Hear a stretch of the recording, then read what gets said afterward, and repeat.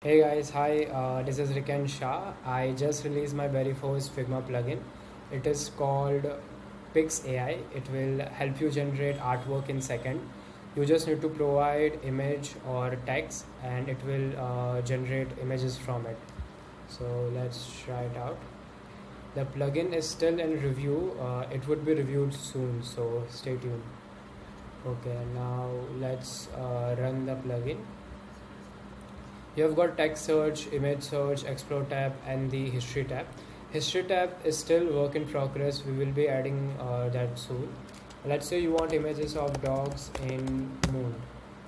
Okay, so here are the images of dogs in moon.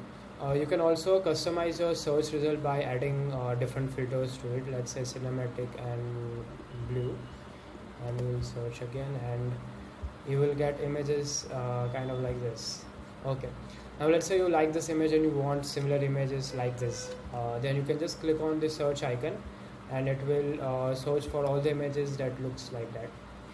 Okay, now let's say you are not happy with the result and you want a more customized result, then you can use our personalized generation feature. So to use that, first you have to log in. So let's log in first.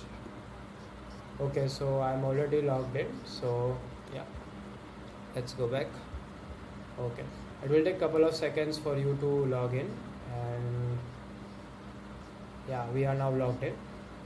To enable personalized generation, make sure you have enabled this toggle, and now you can just search and it will generate a personalized image for you from the text prompt on the book.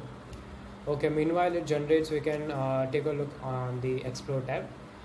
Main reason we added explore tab is to allow user to understand how keyword is being used to generate different images. Let's say they like this image, so they can just click on the eye icon and see what prompt has been used to generate this image. They can also search this image and try to look for the similar image and study how keyword has been used and how they can use keyword to get a more accurate result they are looking for.